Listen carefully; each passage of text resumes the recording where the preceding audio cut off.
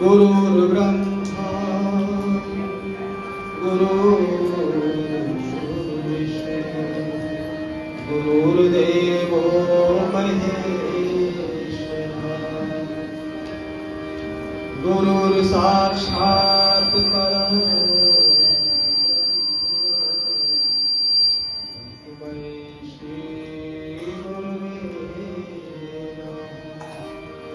अखंड मंडलाकारं व्याप्य येन चराचरं तत्पदं दर्शितं येन तस्मै श्री गुरुवे नमः। तस्मै श्री गुरुवे नमः। जयति गुरुदेव नमामि जयति गुरुदेव नमामि।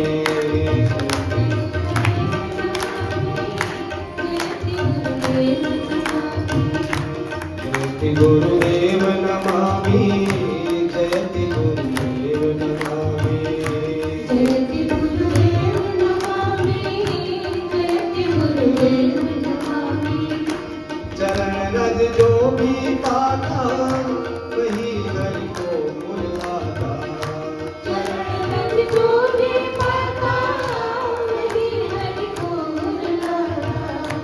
प्रेम पुलकित गुण गाता राम से जुड़ता गाता।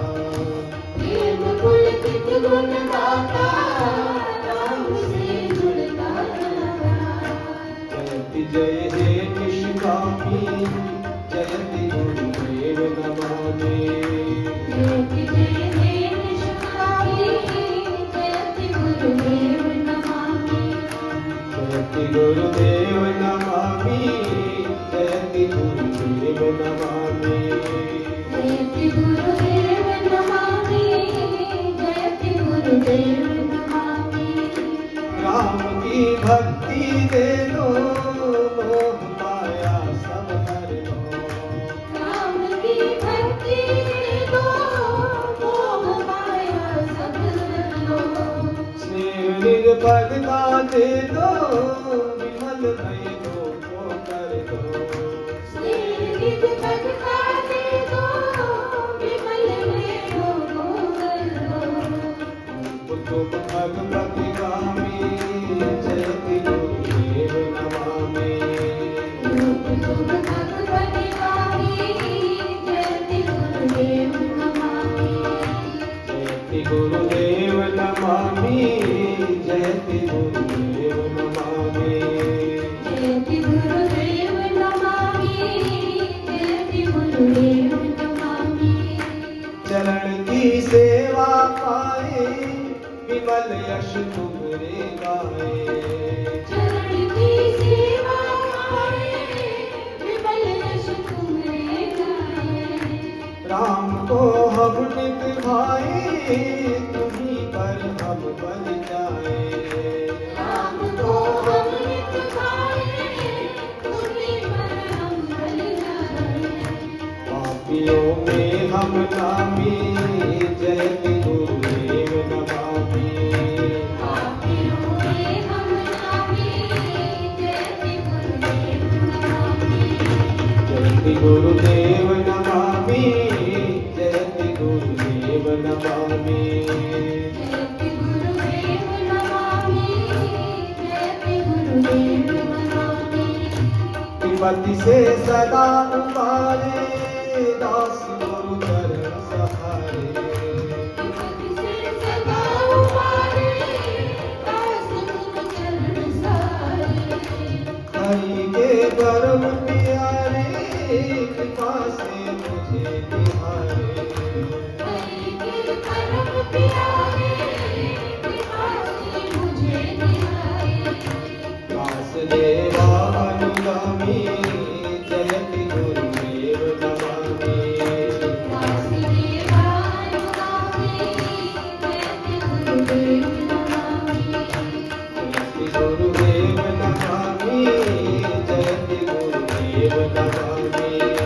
जयति गुरुदेव नमामि जयति गुरुदेव नमामि। जयति गुरु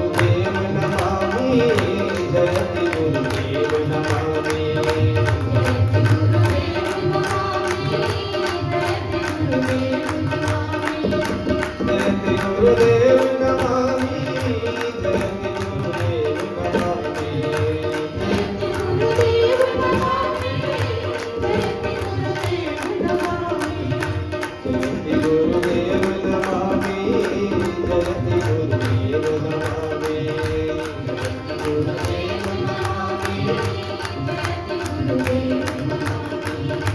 जयति गुरुदेव नमामि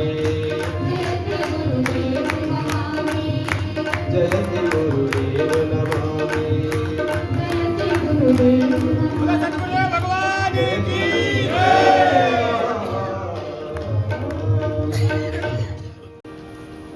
श्री राम जय राम जय जय राम श्री राम जय राम जय जय राम श्री राम जय राम जय जय राम श्री राम जय राम जय जय राम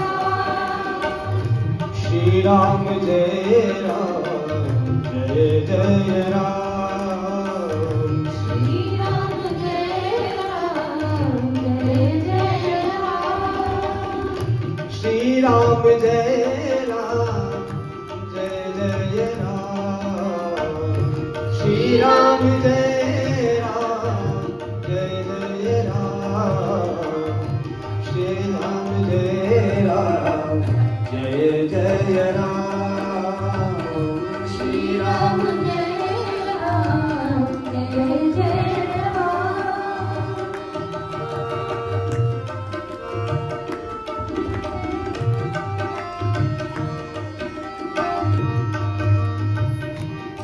राम जय राम जय जय राम श्री राम जय राम जय जय राम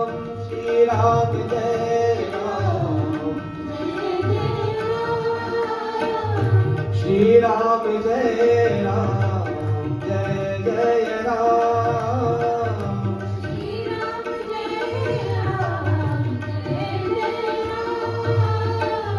श्री राम जय राम श्री राम जय राम जय जय राम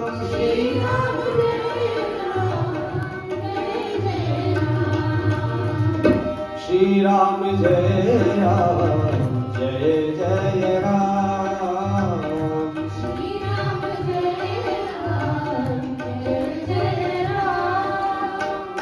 श्री श्री राम जय राम जय जय राम श्री राम जय राम जय जय राम श्री राम जय राम जय जय राम श्री राम जय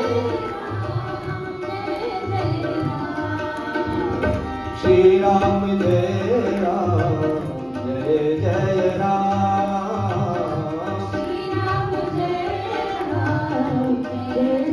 राम श्री राम जय राम जय जय राम जय राम जय जय राम श्री राम जय राम जय जय राम श्री राम जय राम जय जय राम श्री राम जय राम जय जय राम श्री राम जय राम जय जय राम श्री राम जय राम जय जय राम श्री राम जय राम जय जय राम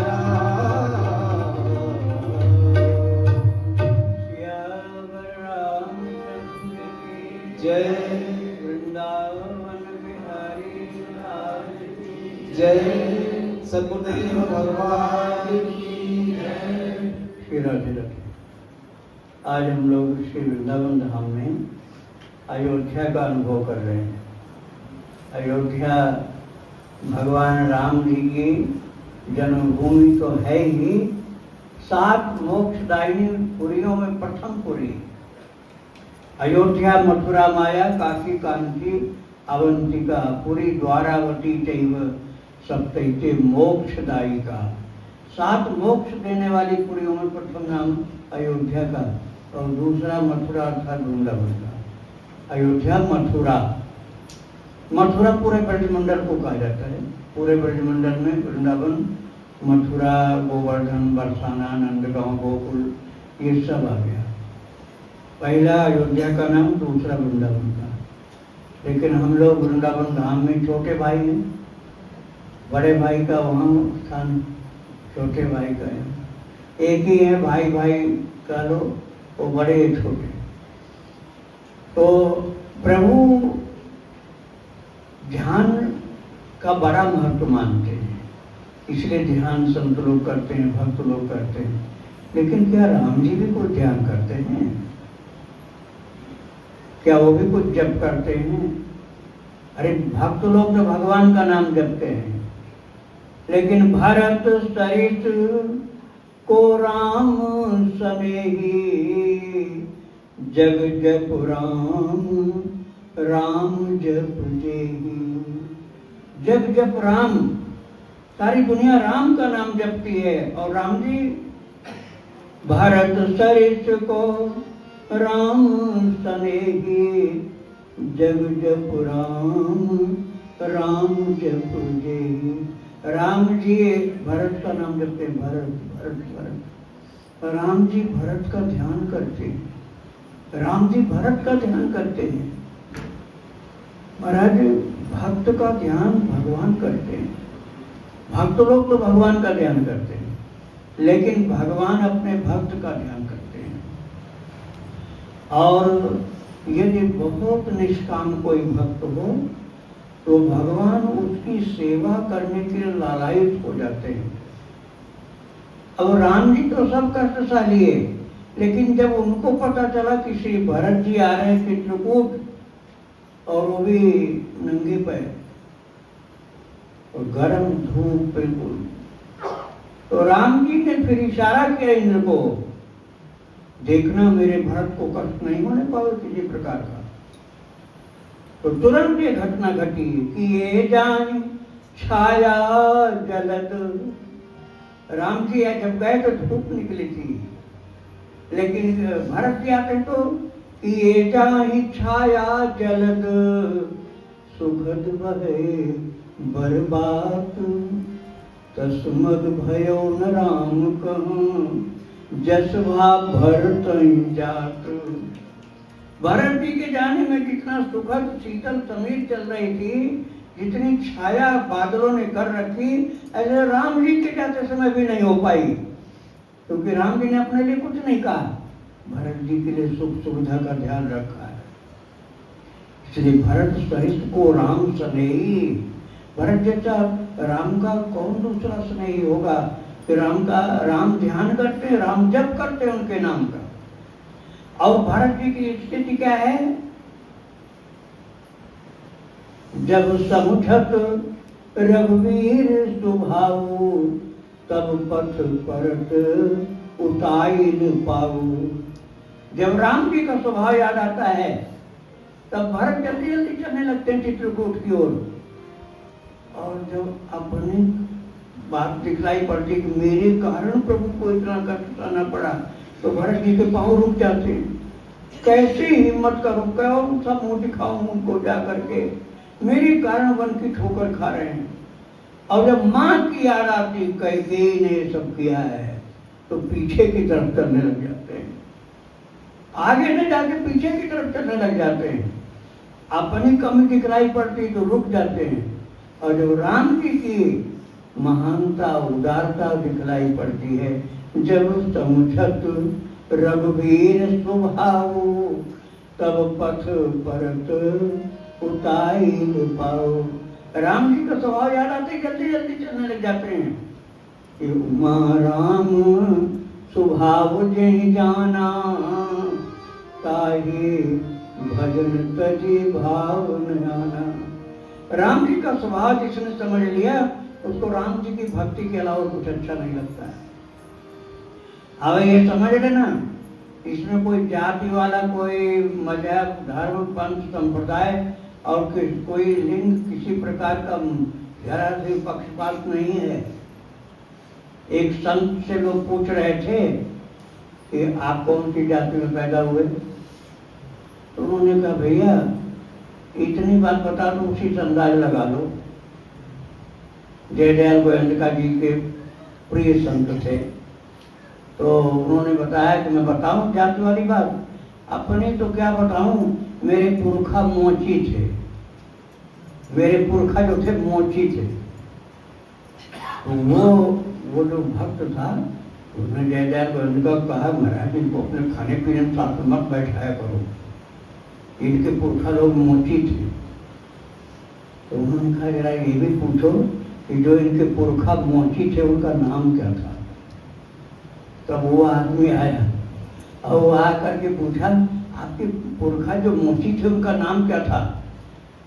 तो उन्होंने कहा निश्चित ही किसी दूसरे ने ये उत्तर तुमको बताया, ये जो तुम्हारे अंदर एक जागृत किया किसी ने, ये उत्सुकता जागृत की है, ये तुम्हारा अपना विवेक नहीं हो सकता, ये किसी महान व्यक्ति ने पूछवाया तुमसे। बोले महाराज बता दो आपके पुरखा जो मोची थे उनका नाम क्या था। बोले नहीं मानोगे, उनका नाम था रैदास। उनका नाम था रैदास, अर्थात हमारे जो गुरु जी के गुरु जी के गुरु जी के गुरु जी थे वो रैदास थे, रविदास जी महाराज, जो साक्षात धर्म के अवतार थे, जो साक्षात भगवान राम जी के अवतार रामानंदाचार्य के शिष्य थे। मैं उन्हीं की परंपरा का हूँ। अब बताओ, इसका मतलब हुआ कि घर परिवार नहीं, संत के परिवार को मानते हैं, संत के परिवार को ही अपना पूर्वज मानो।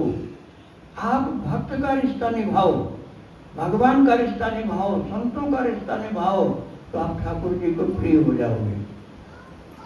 इसीलिए जयदयाल गोयंदका जी ने जब जहाँ गीता वाटिका है ना गोरखपुर में, वो जब उन्होंने खरीदी थी, जगह बहुत बड़ी जगह है, तो उस जगह का नाम रखा गया था गोयंदका गार्डन, गोयंदका गार्डन रखा गया। लेकिन जब बहुत बुजुर्ग हो गए तब उन्होंने सोचा मेरे मरने के बाद इसको गोयंदका गार्डन कहा जाएगा, ये अच्छा नहीं है, ये तो मेरा स्मारक हो जाएगा। उन्होंने कहा नहीं, ये मैं अपने स्मारक को नहीं बनाऊंगा।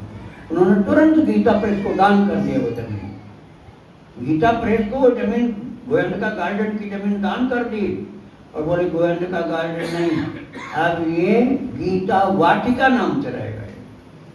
इस प्रकार से अहंकार को दूर करने की कोशिश करो और अपने रिश्ते को भगवान और संतों के रिश्ते से जोड़कर रखो, तो आप आगे बढ़ते चले जाओगे। ठीक है, अभी राम जी का एक भजन सुनते हैं, फिर और चर्चा की जाएगी। श्री राधे राधे।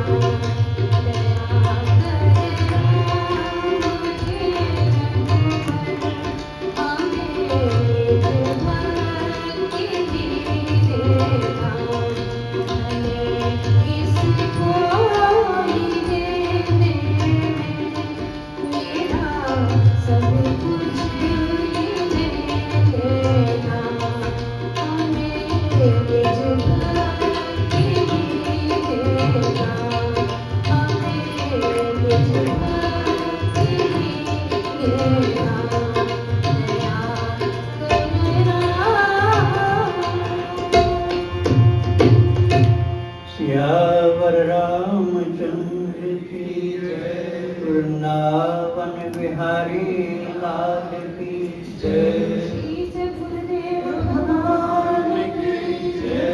अभी यानी जन भगवान को क्या कहते हैं? निष्क्रिय निरंजन, अर्थात कुछ करने वाले नहीं, अकर्ता है, लेकिन सारते भक्त कार्यों को, भक्तों के कार्यों को तो खुद अपने हाथ से करते हैं।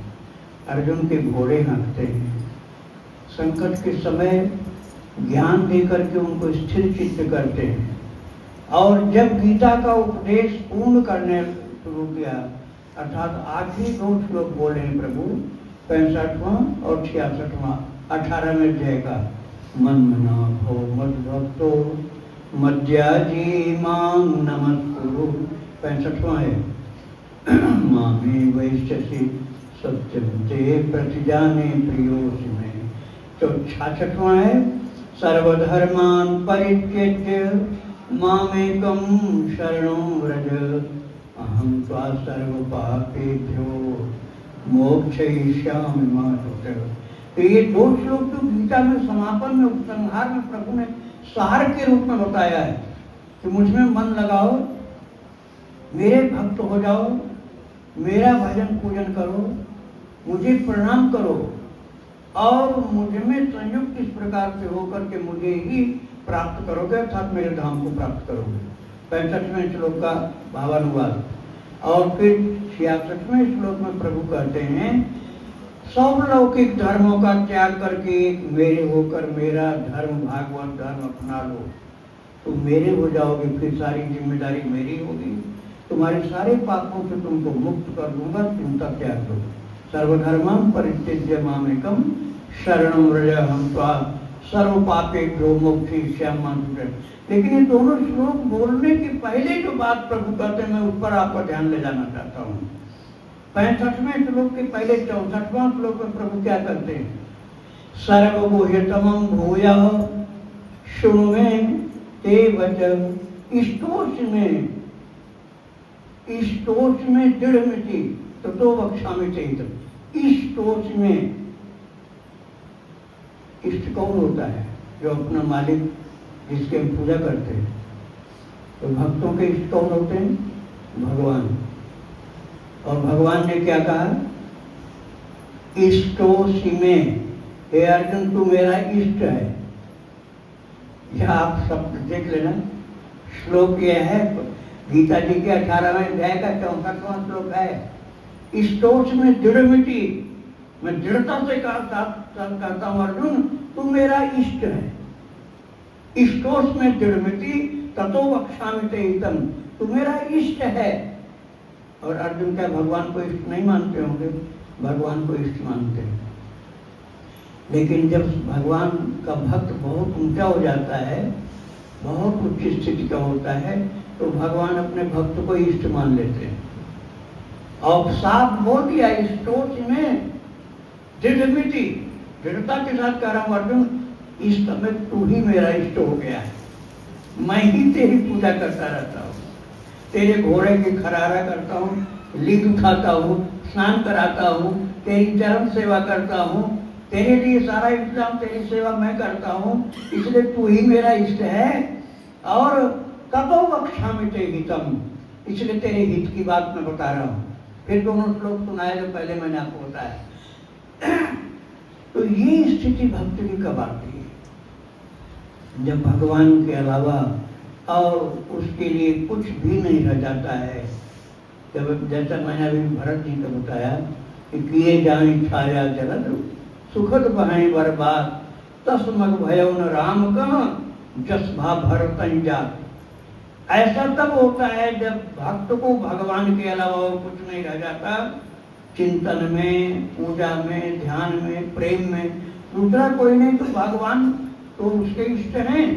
लेकिन भगवान अर्जुन से कहते इष्टोच में दृढ़मिति ततो वक्ष्यामि ते हितम् सर्वगुह्यतमम्। एक तो होता है गोह्य, गोह्य माने गोपनीय, एक होता है गोह्यतर अर्थात गोपनीयों में भी गोपनीय। और फिर कहते सर्वगुह्यतमम्, गुह्यतम अर्थात सबसे ज्यादा गोपनीय, उसमें सर्व और विशेषण लगा दिया है। सर्वगुह्यतमम् अर्थात सबसे ज्यादा गोपनीयों में, परम गोपनीयों में भी परम गोपनीय मैं बता रहा हूँ। क्यों?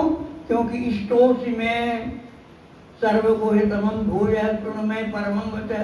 इष्टोष में तू मेरा इष्ट है अर्जुन, इसलिए सार बात अब मैं बता रहा हूँ।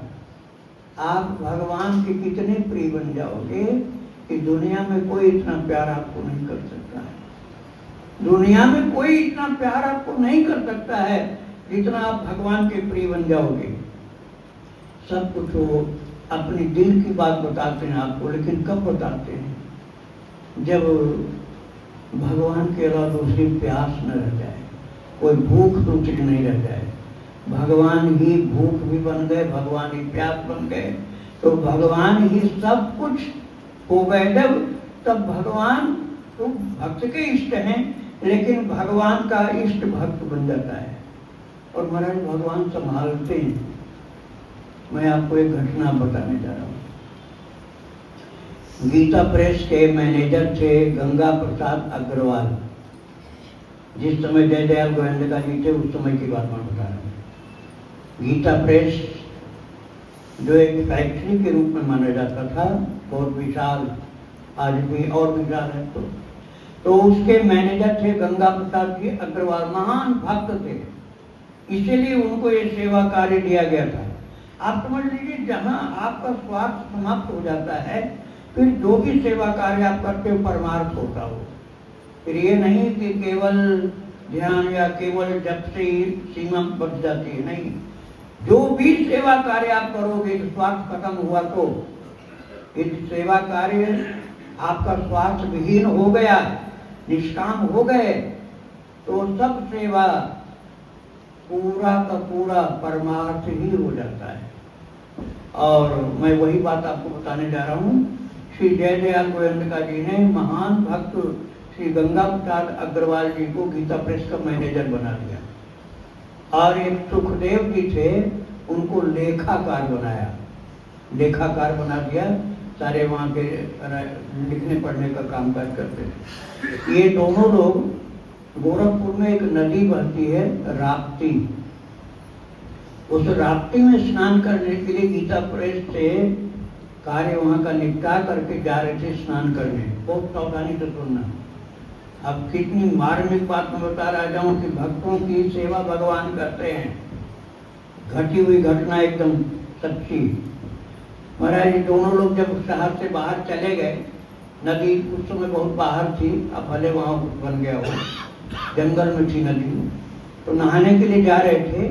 बिल्कुल निर्जन में कोई आदमी नहीं, तो दो पुलिस वाले आए सामने से। दो पुलिस वाले अपने वर्दी में आए और दोनों ने बड़ा रोब से पूछा, तुम लोग रात में गीता प्रेस चलाते हो क्या? उस समय प्रेस के लिए नियम था कि रात में नहीं चलाया जाएगा। अब मैं इस समय की बात नहीं बता रहा हूँ। उस जमाने में एसपी रोक टोक थी कि किसी लेबर को रात में आप नहीं काम कराओ।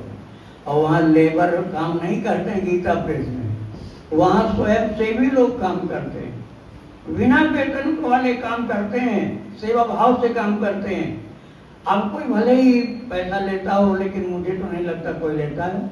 उस समय तो सब लोग फ्री सेवा करते थे। तो रात में भी प्रेस चलाते थे, क्योंकि ज़्यादा से ज़्यादा उनको पुस्तकें छापनी थी, इसलिए रात भी चलाते थे। तो दोनों सिपाही जो पुलिस वाले थे ना, उन्होंने थोड़ा कड़े शब्द में पूछा। गंगा प्रसाद जी, जो गंगा बाबू भी कहे जाते थे, वो मैनेजर थे प्रेस के, उनसे पूछा, तुम लोग क्या रात में गीता प्रेस की मशीन चलाते हो? तो गंगा बाबू ने कहा नहीं। तो फिर चले आगे, तो सुखदेव जी जो साथ में थे लेखाकार थे, उन्होंने कहा जरा ये तो पूछ लो ये लोग कौन हैं, कहाँ से आए हैं, कौन से थाने के हैं।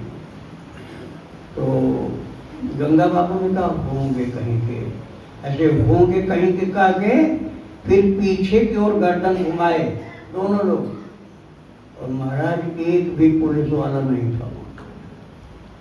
दोनों अंतर्धान, दोनों पुलिस वाले जो वर्दी में थे, दोनों ही गायब, जबकि वहाँ कोई जगह छिपने की नहीं थी, खुला मैदान था और कोई भीड़ भाड़ नहीं थी, कोई आदमी नहीं था। दोनों पुलिस वाले गायब। अब वो लोग लौट के सीधा नहाने के बाद सीधा लौट करके गए गोयंका जी के पास, जय दयाल गोयंका जी के पास। और जय दयाल गोयंका जी की स्थिति इतनी ऊंची थी कि उनको तुरंत का तुरंत सब ज्ञान होता था, भगवान उनके अंदर बोल देते थे। और जब वो गए दोनों लोग और बोले ऐसे ऐसे दो पुलिस वाले हमको मिले थे, और उन्होंने उनसे पूछा कि रात में क्या प्रेस चलाते हो? तो हमने कह दिया नहीं, और हम लोग तो रात में चलाते हैं, मजदूरों से नहीं चलवाते, खुद चलाते। तो हम जब सोचने लगे कौन है, देखें जरा पूछें, तो पीछे से घुमाया तो एक भी नहीं थे। तो महाराज इसलिए हम आपके पास आए हैं, आप बता दीजिए वो कौन थे। गोयंका जी बोले वो कोई पुलिस वाले नहीं थे, वो एक थे कृष्ण और दूसरा था अर्जुन। कृष्ण और अर्जुन वही दोनों पुलिस वाले बन करके फिर आए क्यों थे महाराज? बोले अपना काम संभालने आए थे। वो अपना काम संभालने आए थे कि प्रेस वाला काम सही ढंग से लोग कर रहे हैं कि नहीं, पता करना था। आप परमार्थ में जब लग जाओगे ना निस्वार्थ हो करके, तो आपके कार्य की देख रेख व्यवस्था सब कुछ ठाकुर जी करते हैं, इसमें कोई संदेह नहीं। आपने सुना होगा एक नाथ संत के जीवन में श्री खंडिया नाम से ठाकुर जी आए थे।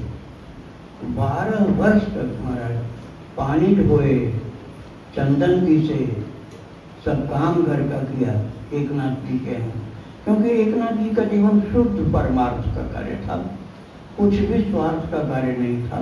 तो ठाकुर जी उनकी सेवा करने में आनंद पाते थे। जैसे मैंने बताया भरत जी की सेवा करने में राम जी को आनंद आता है। तो ऐसी घटनाएं केवल एक नाथ जी के साथ नहीं हुई हैं, और लोगों के साथ भी हुई हैं। मैं अभी आपको सुनाऊंगा, थोड़ा आप और भजन श्रवण करिए। राधे राधे।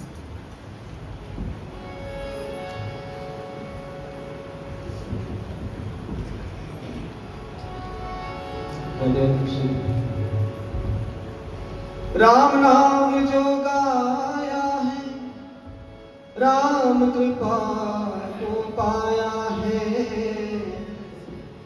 जीवन अपना मोड़िए, सीताराम बोलिए, जीवन अपना मोड़िए, राधे श्याम बोलिए, व्यर्थ वार्ता छोड़िए, सीताराम बोलिए, व्यर्थ वार्ता छोड़िए, सीताराम बोलिए,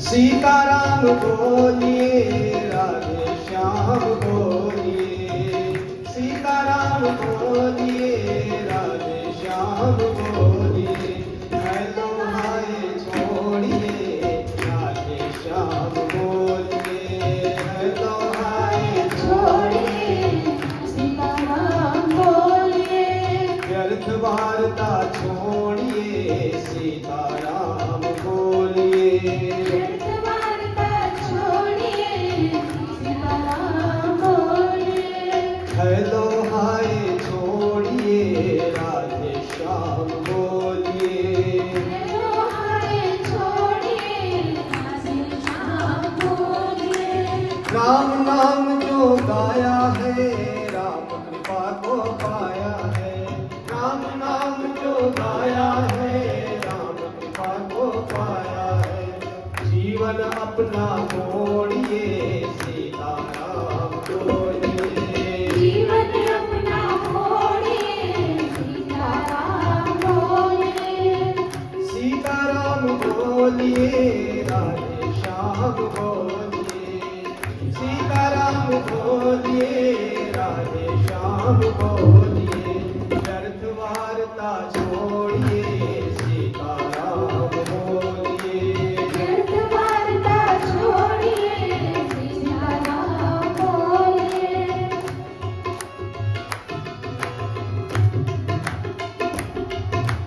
झूठ कपट से दूर रहो, निश्चल निर्मल भाव रहो, झूठ कपट से दूर रहो, निश्चल निर्मल भाव रहो, हरि से नाता जोड़िए, सीताराम बोलिए, हरि से नाता जोड़िए, सीताराम बोलिए, सीताराम बोलिए, राधे श्याम बोलिए, सीताराम बोलिए, राधे श्याम बोलिए, व्यर्थ वार्ता छोड़िए, सीताराम बोलिए, व्यर्थ वार्ता छोड़िए, सीताराम बोलिए, हरि की सेवा नित्य करो, हिय में मंगल भाव भरो, हरि की सेवा नित्य करो, हिय में मंगल भाव भरो, अपना संयम तौलिए, सीताराम बोलिए, अपना संयम तौलिए, सीताराम बोलिए, सीताराम बोलिए, राधे श्याम बोलिए, सीताराम बोलिए, राधे श्याम बोलिए, वार्ता छोड़िए, सीताराम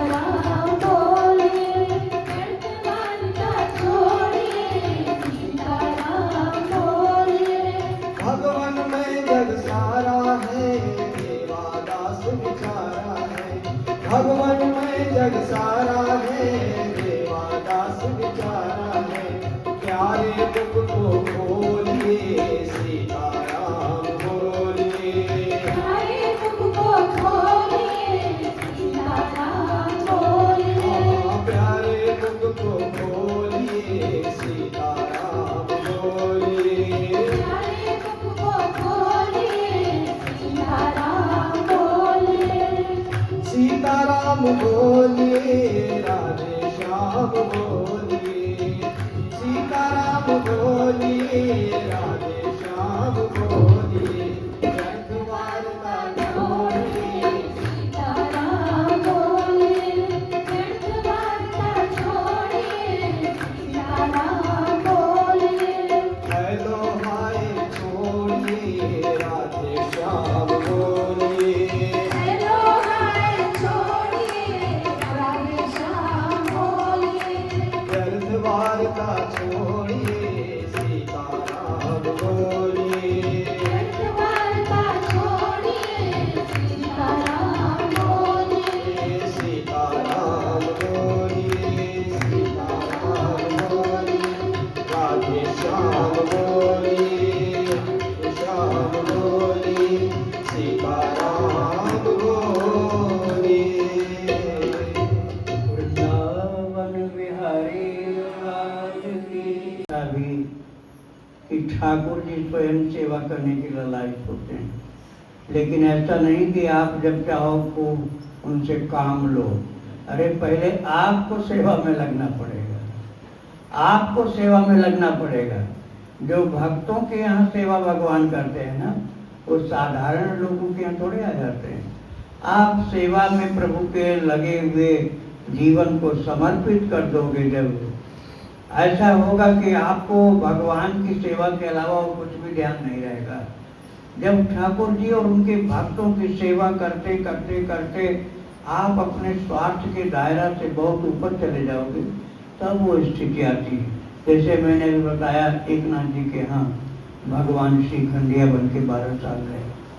मैं एक घटना और आपको बता रहा हूँ, ठाकुर जी किस प्रकार से अपने भक्त को इष्ट मान लेते हैं, उस बात को बताने के लिए। एक ज्ञानेश्वर जी के शिष्य थे, वो त्रिलोचन सेठ कहे जाते थे। बहुत ही महान भक्त थे वो।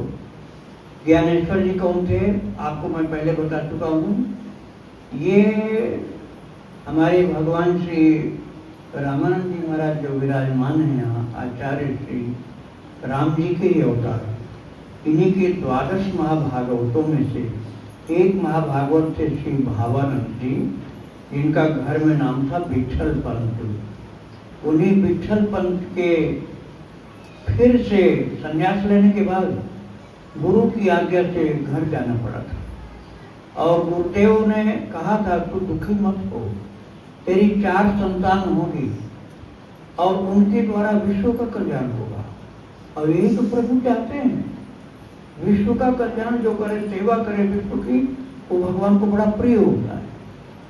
तो भगवान स्वयं रामानंद जी महाराज ने कहा 4 दिव्य संतान होगी, उनमें से एक कन्या होगी, तो साक्षात दुर्गा के अंतर स्वरूपा होगी, वही मुक्ताबाई होगी। और शिव जी के अंश से एक पुत्र होगा, इनका नाम हुआ निवृत्तिनाथ। और विष्णु के अंश से एक पुत्र होगा, इनका नाम हुआ ज्ञानदेव, और उन्हीं को ज्ञानेश्वर भी कहा गया। और ब्रह्मा जी के अंश से एक पुत्र हुआ, जिनका नाम सोपान देव रखा गया। तो इन्हीं ज्ञानेश्वर जी के शिष्य थे नामदेव जी भी और विश्वभा खेचर जी भी। ये विश्वभा खेचर के भी शिष्य थे और ज्ञानेश्वर जी के भी शिष्य थे नामदेव।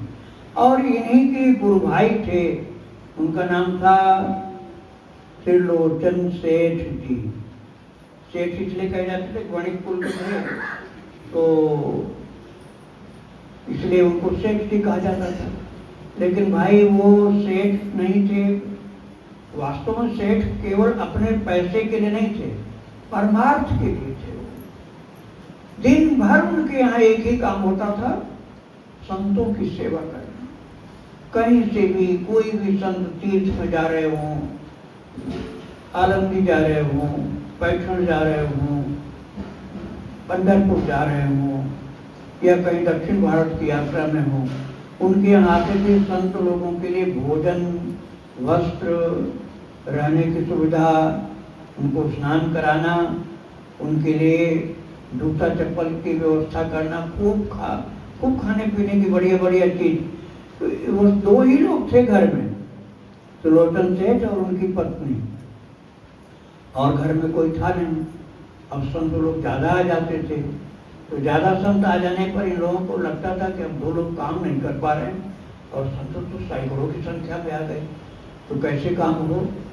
तो मन में कहते थे कि प्रभु आपके संत लोग, आपके भक्त लोग आते हैं, हम दोनों लोग मिलकर के भी सेवा पूरी नहीं कर पाते हैं। अब हमारा मन होता है कि कोई ऐसा नौकर कहीं से मिल जाए कि जो इस कार्य को संभाले। तो इस कार्य को संभालने वाला कोई नौकर मिलता नहीं, और नौकर मिलते हैं तो अपने जेब का ख्याल रखते हैं कि ज़्यादा पैसा मिले, और हम चाहते हैं कि वो संतों की सेवा खूब करे, कोई पैसा कोई बात नहीं। अब ये नौकर कोई मिलता नहीं था। महाराज भगवान मचल जाते हैं ऐसे भक्तों की हम सेवा करने के लिए, उनको आनंद आता है। और फिर तो ठाकुर जी ने एक बालक का रूप धारण किया है, और वो आए हैं, गरीब बालक का रूप धारण किया, एकदम गरीब बालक का रूप। कंबल फटा हुआ ओढ़े थे, चप्पल एकदम फटा हुआ, जूता चप्पल बन गया था घिस घिस करके, और ऐसा सुंदरता तो चेहरे पर थी लेकिन मैल छाई हुई थी। और आ करके त्रिलोचन सेठ के बाहर दरवाजे पर बैठ गए। अब त्रिलोचन सेठ जी अपने घर से निकले जब, तो देखा एक बालक 15-16 साल का बैठा हुआ, और फटा सा कंबल, फटा सा जूता, ये कौन है? पूछा, अजी आप कौन है?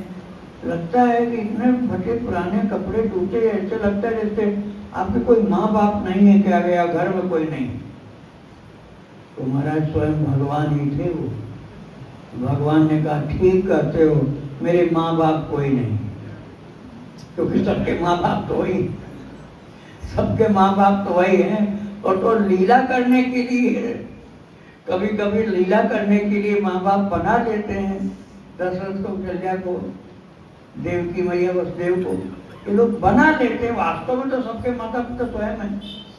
तो बोले, आपने ठीक कहा, मेरे माता पिता भी नहीं है और घर में परिवार में भी कोई नहीं। हाँ हाँ यही बात है, इसीलिए इतना फटा जूता, फटा कंबल है। अच्छा तो एक बात बताओ, हमारे यहाँ क्या नौकरी कर लोगे? आप बहुत गरीब लग रहे हो, नौकरी कर लोगे हमारे यहाँ? हाँ नौकरी तो हम करेंगे, लेकिन हमारा मेल खा जाए उससे तब। बोले मेल खाने में क्या परेशानी है? बोले कारण ये है कि मैं कम से कम 5-7 किलो भोजन एक बार में खाता हूँ, और जो सेठानी होगी उसी को बनाना पड़ेगा। तो बताओ इस बात पर तैयार हो तो मैं नौकरी करने को तैयार हूँ।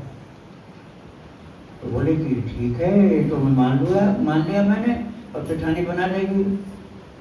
नाम भी तो बता दो कुछ अपना। बोले नाम मेरा अंतर्यामी, अंतर्यामी नाम बताया आपने। और बोले कि देखो एक बात पहले समझ लो, मैं तो बाद में गड़बड़ कर दोगे। खूब रात दिन में सेवा करूंगा, 100-50 नहीं 1000 संत आ जाए तब भी, अकेले, किसी दूसरे की जरूरत नहीं, मैं अकेले सबका कपड़ा भी धो लूंगा, भोजन बना लूंगा, सबको भोजन करा लूंगा, बर्तन भी मांज लूंगा, चरण भी दबा दूंगा, सबका एक साथ सबकी सेवा कर लूंगा, और मुझे थकान नहीं आती है। और ये ध्यान रखना कि सबका भोजन तो मैं बनाऊंगा, लेकिन मेरा भोजन सेठानी को बनाना पड़ेगा। वो सेठानी बनाएगी अपने हाथ से, उस समय चक्की तो होती नहीं, अपने हाथ से वो गेहूं पीसेगी और फिर भोजन बनाएगी 5 किलो से ज़्यादा, 7 किलो तक। और खास बात यह है कि कहीं वो किसी को ये बात बताएगी नहीं कि मैं इतना खाता हूँ, और जिस दिन उसने बता दिया उसी दिन मैं चल दूंगा यहाँ।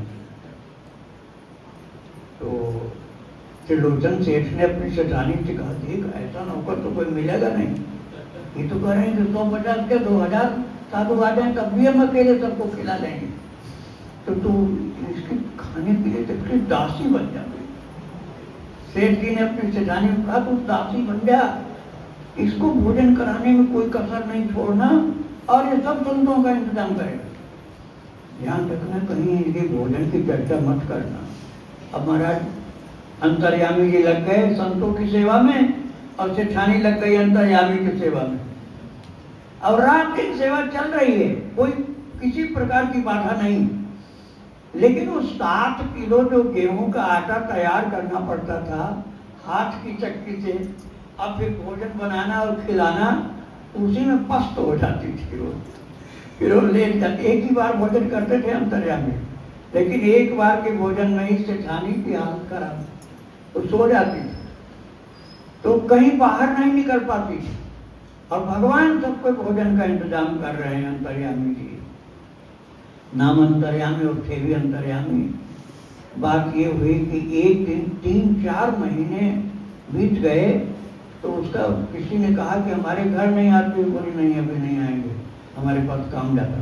ठाकुर जी 13 महीना रहे, 13 महीना भगवान अंतर्यामी बनकर के 13 महीने सेवा किए थे।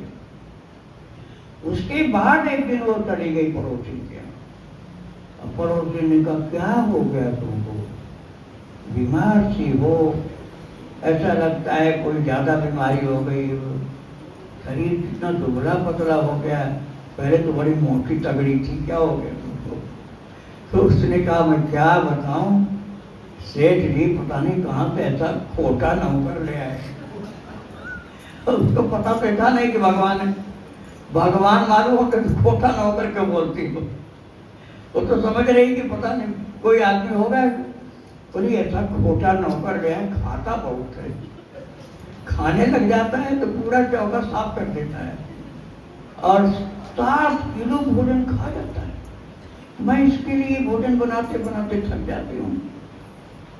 फिर उसको याद आया कि किसी को बताना नहीं, तो उसने तुरंत पकड़ लिया पड़ोसी का पैर, बोले मेरी कसम खाओ किसी को बताओगे नहीं, ये तुमने किसी को बता दिया तो भाग जाएगा वो, क्योंकि उसने पहले ही कह रखा है कि मेरे भोजन की शिकायत तुमने किया तो चला जाऊंगा। तो शिकायत कहीं से करना नहीं, किसी को बताना नहीं, बोले नहीं मैं नहीं बताऊंगा। लेकिन वो तो अंतर्यामी ही ठहरे, बताओ चाहे मत बताओ, उनको पता चल गया कि मेरे भोजन की शिकायत हो गई। अब वो जब लौट करके अपने घर आई सेठानी, तो महाराज वहां पर अंतर्यामी नहीं थे, अंतर्यामी नहीं थे। सब साधु लोग पूछ रहे हैं, अरे सेठ जी, त्रिलोचन जी, आपका नौकर कहाँ गया, मेरे कपड़े नहीं धोए गए। कुछ कह रहे हैं भोजन बना कि नहीं बना, अरे वो भोजन जो परसता है बनाता, वो नौकर कहाँ चला गया। अरे सेठ जी, हम लोगों के लिए कुछ जूता चप्पल तुम नहीं दे रहे हो, बिछाने का आसन बासन कुछ, अब क्या हो गया, तुम्हारे यहाँ इंतजाम तो नहीं हो रहा। और सेठ जी ने पूछा अपनी सेठानी से, क्या हुआ, कहाँ चला गया अंतर्यामी, तो तुमने उसकी बात बताई तो नहीं गई भोजन की। तब उसने कहा मैंने पड़ोसी को बता दिया। और रोने लगे महाराज, त्रिलोचन सेठ रोने लगे, बोले अब संतों की सेवा कौन संभालेगा, ऐसा नौकर नहीं मिलना कभी, ऐसा नौकर नहीं मिलेगा, तूने क्या किया, बड़ी भाग्यहीना है तू, अब कहाँ से कम कर पाएगी इतनी सेवा संतों की। अरे तेरे मुंह से क्यों निकला ये कि बहुत खाता हो। वो गए अंतर्यामी, चले गए। महाराज सेठ जी इतना संतों की सेवा करने वाले भक्त थे, आपको आश्चर्य होगा कि वो खुद अंतर्यामी को नहलाते थे, अंतर्यामी को नहलाए थे। पहले दिन जब आए थे अंतर्यामी तो नहलाया खूब बढ़िया पानी से, ठंडे गर्म के हिसाब से, और फिर मैल उनकी छुड़ाई, मल मल करके मैल छुड़ाई, जैसे जैसे मैल छुड़ाती थे वैसे वैसे छुड़ाते थे महाराज सेठ जी, ऐसे सुगंध फैलती थी। मुखारविंद की शोभा दमदमाने लगी, चारों तरफ सुगंध हो गई मैल से उनके, और जब मन में आता था तब वो नहलाते थे। अब तो इतना वियोग उनको हुआ वो रोने लग गए, बोले मैं अब संतों की सेवा नहीं कर पाऊंगा, अंतर्यामी चला गया, मैं कैसे जिंदा रहूंगा, मुझे उसकी याद आ रही है। और अंतर्यामी की याद में सेठ जी नहीं जानते थे कि भगवान थे वो, लेकिन रोना चालू कर दिया। इतना ज्यादा उनको विरह व्याप गया कि सेठ जी ने खुद भी भोजन करना बंद कर दिया, पानी पीना तक बंद कर दिया। और 3 दिन हो गए न भोजन न पानी, सेठ जी ने कुछ नहीं खाया पिया, और पड़ गए बेहाल जमीन पर। तब उस समय आकाशवाणी हुई, आकाश में ध्वनि उत्पन्न हुई, सेठ त्रिलोचन तुम भोजन करो, जल पियो, तुम्हारी संत सेवा देख करके मैं स्वयं तुम्हारी सेवा में भाग लेने के लिए आया था वैकुंठ से। मैं वैकुंठाधिपति तुम्हारी संत सेवा में भाग लेने के लिए, सेवा करने के लिए आया था। और मैंने बोला था मेरे भोजन की शिकायत होगी तो मैं चला जाऊंगा, तुम्हारी सेठानी ने भोजन की शिकायत कर दी तो मैं अंतर्धान हो गया। लेकिन मैं तुम्हारे घर में अब भी रहता हूँ, तुम्हारे घर में अब भी मैं विराजमान हूँ, और तुम कहो तो मैं फिर से वही अंतर्यामी जैसे पहले था वही रूप धारण करके आ जाऊं और फिर तुम्हारी सेवा करूं, तुम्हें पसंद हो तो आ जाऊं। और जब यह आवाज आई तब तो सेठ धरती पर लौटने लगा, रोने लगा कि हाय मैंने भगवान से सेवा ली, अरे मैं भगवान का दास कहलाता हूँ और भगवान को अपना दास बना लिया और भगवान से सेवा लेता रहा। मैं कितना मूर्ख हूँ, कितना नीच हूँ। और जब ऐसे कहने लगे तो भगवान ने कहा दुखी मत हो, आकाशवाणी ने कहा दुखी मत हो, मैं तुमको स्वप्न में दर्शन देता रहूंगा और तुम निश्चित रहो तुम मेरे धाम में ही आओगे। शरीर का प्रारब्ध पूर्ण होते ही तुम मेरे धाम में आओगे और सेठानी को कुछ मत कहो, वो भी तुम्हारे साथ मेरे धाम में ही आएगी और तुम संतों की सेवा करते रहो। महाराज आप तो ध्यान सीखते हो, ध्यान करना कैसे होता समझते हो, लेकिन अब तो उनको अपने आप अंतर्यामी का ध्यान होता था, क्योंकि अंतर्यामी 13 महीने साथ में रहा, अपने आप ध्यान होता रहता था कि अंतर्यामी, अंतर्यामी तो भगवान, कोई लड़का नहीं, स्वयं भगवान उस रूप में आए थे ना। तो अंतर्यामी कहाँ बैठते थे, कहाँ खाते थे, कैसे कहाँ लेटते थे, क्या करते थे, पूरा रात दिन वही बिना किसी प्रयास के निरंतर ध्यान होता रहता था उनको, सेठ जी को। और इस प्रकार से आखिरी टाइम तक भगवान का अनजान में ही ध्यान करते करते, भगवान की याद करते करते शरीर छोड़ा था और फिर अंत में पत्नी सहित भगवत धाम को प्राप्त हुए थे। ऐसे ठाकुर जी कृपालु हैं कि भक्त के यहाँ स्वयं सेवक बनकर जाकर सेवा करते हैं। और आगे फिर सुनाऊंगा आपको चरित्र, अभी आप लोग भजन श्रवण करेंगे। श्री राधे राधे।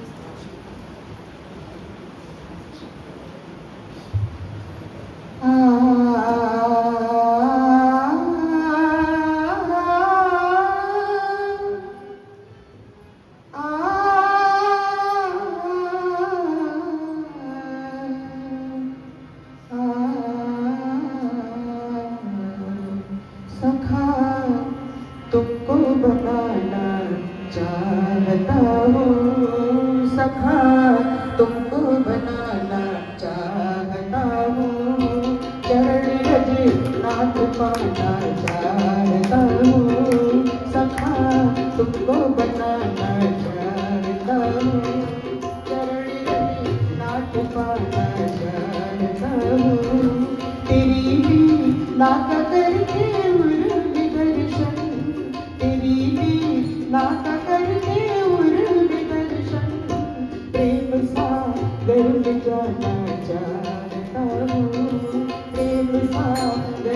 जाना चाहता हूँ, सखा तुमको बनाना चाहता हूँ, सखा तुमको बनाना चाहता हूँ, चरण रज नाथ पाना चाहता हूँ।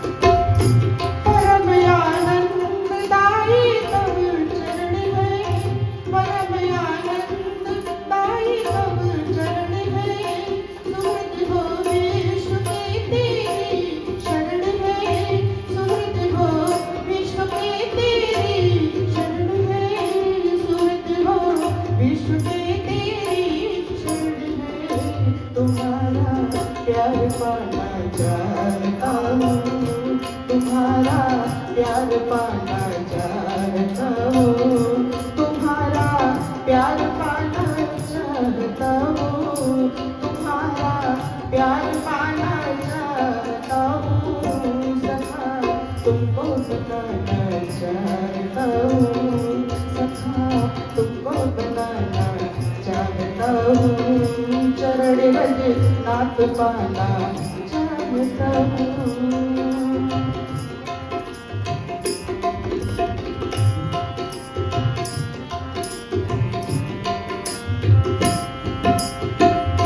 तुम्हारी अति सुकोमल पद कमल है, तुम्हारी अति सुकोमल पद कमल है, सरस मकरंद के प्यासे भ्रमण है, सरस मकरंद के प्यासे भ्रमण है, सरस मकरंद के प्यासे भ्रमण है, तुम्हें सरकार पाना चाहता हूँ, तुम्हें सरकार पाना चाहता हूँ, तुम्हें सरकार पाना चाहता हूँ, तुम्हें सरकार पाना चाहता हूँ, सखा तुमको बनाना चाहता हूँ, सखा तुमको बनाना चाहता हूँ, चरण रज नाथ पाना चाहता हूँ, सखा तुमको बनाना चाहता हूँ, चरण रज नाथ पाना चाहता हूँ।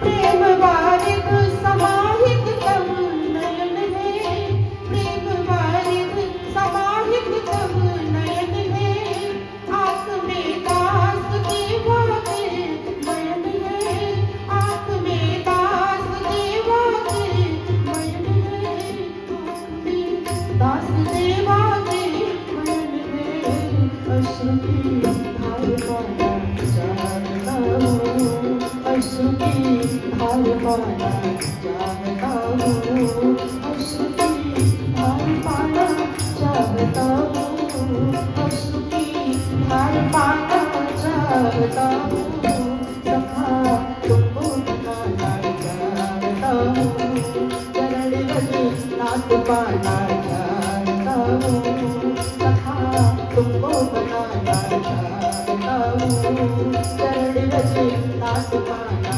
चाहता हूँ, तेरी लीला करके उर्व दर्शन, तेरी लीला करके उर्व दर्शन, प्रेम सागर में जाना चाहता हूँ, प्रेम सागर में जाना चाहता हूँ, सखा तुमको बनाना चाहता हूँ, सखा तुमको बनाना चाहता हूँ, चरण रज नाथ पाना चाहता हूँ, सखा तुमको बनाना चाहता हूँ।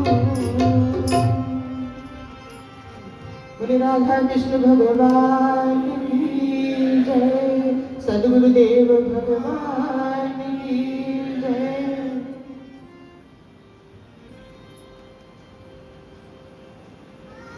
मेरो नंद दुलारो मनमोहन विश्वभानु दुलारी श्री राधे तुम्हारो मनमोहन विश्वभानु दुलारी श्री राधे तिरुनंद दुलारो मनमोहन विश्वभानु दुलारी श्री राधे तिरुनंद दुलारो मनमोहन विश्वभानु दुलारी श्री राधे श्री राधे जय श्री राधे श्री राधे जय श्री राधे श्री राधे श्री राधे श्री राधे जय श्री राधे श्री कृष्ण जय श्री कृष्ण श्री कृष्ण जय श्री कृष्ण श्री कृष्ण श्री कृष्ण श्री कृष्ण जय श्री कृष्ण तिरुनंद दुलारो मनमोहन विश्वभानु दुलारी श्री राधे तिरुनंद दुलारो मनमोहन विश्वभानु दुलारी श्री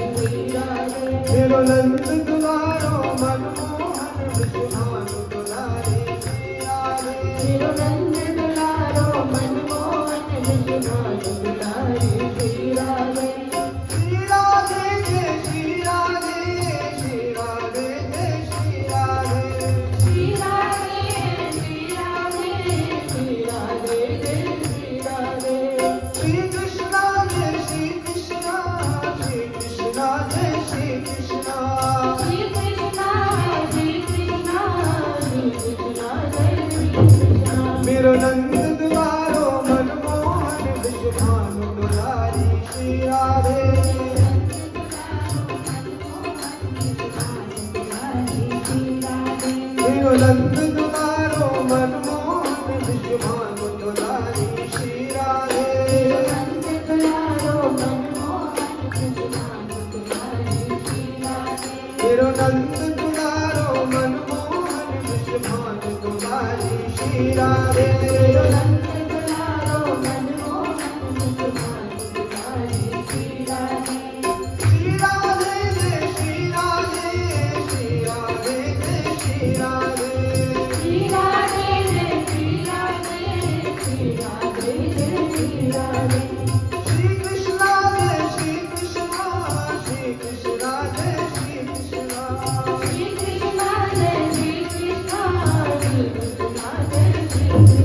तिरुनंद दुलारो मनमोहन विश्वभानु दुलारी श्री राधे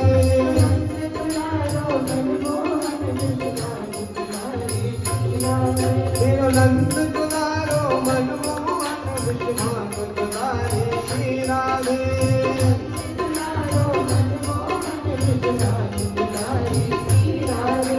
श्री राधे जय श्री राधे श्री राधे जय श्री राधे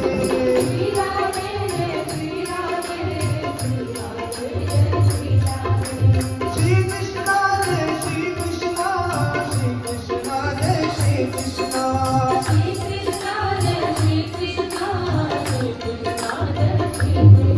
तिरुनंद दुलारो मनमोहन विश्वभानु दुलारी श्री राधे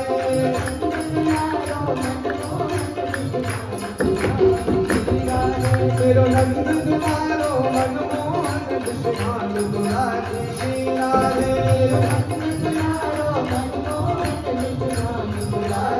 श्री राधे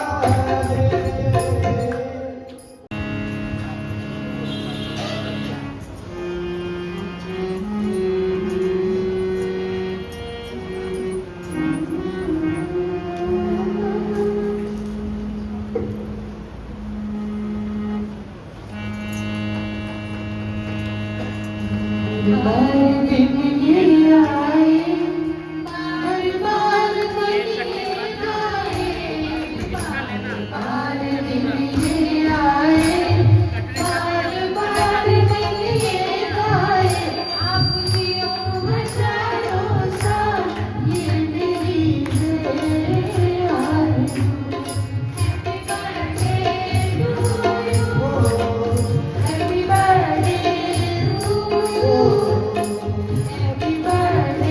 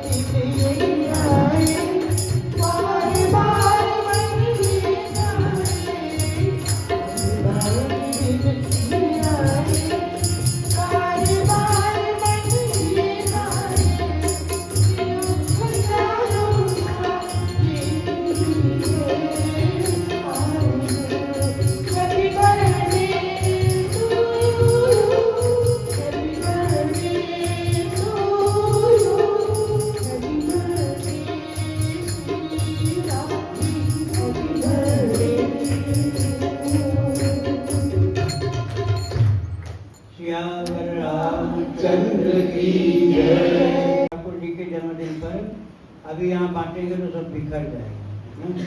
इसलिए ये ऊपर राम नाम बैंक के सामने जब आप लोग भोजन प्रसाद पाएंगे तो भोजन प्रसाद के साथ एक केक का भी प्रसाद आपको मिलेगा, ठीक है। इसलिए यहाँ नहीं बांट रहे हैं अभी। अब आप लोग बधाई वाले गीत सुनेंगे, फिर आते आरती की तैयारी करनी है। हाँ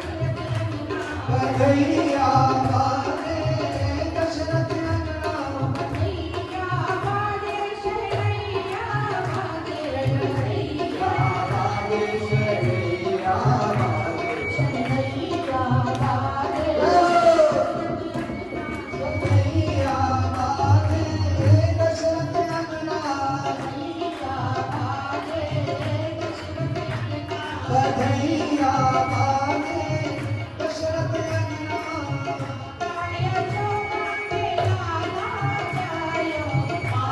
यशोदा ने लाला लायो माता कौशल्या ने लायो देव साजे दशरथ अंगना देव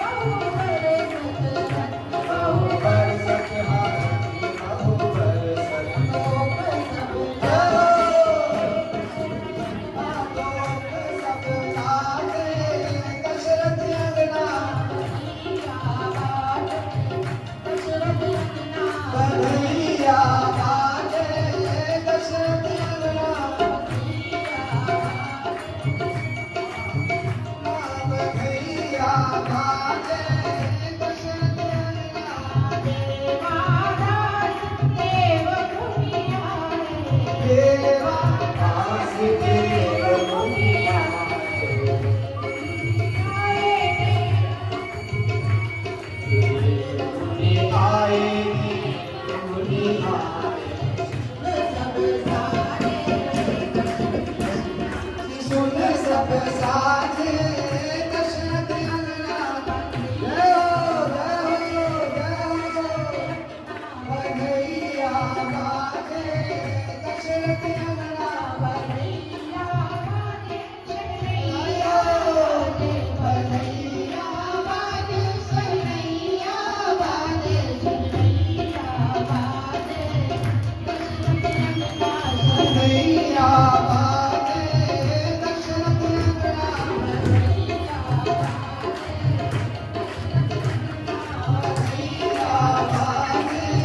दशरथ अंगना